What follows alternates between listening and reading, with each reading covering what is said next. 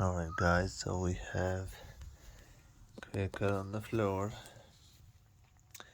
temporarily, and they're trying to be boss with the budgies. They are being territorial. They are coming down to literally run behind the budgies, but budgies can fly, so they go all the way up there. But these are being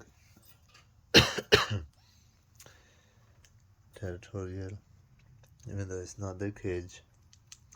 We're waiting for budgies cage. We ordered already, and it's gonna be here in a couple days, a bigger cage, and hopefully they'll be happy with that. And look at them. Hello, what's up?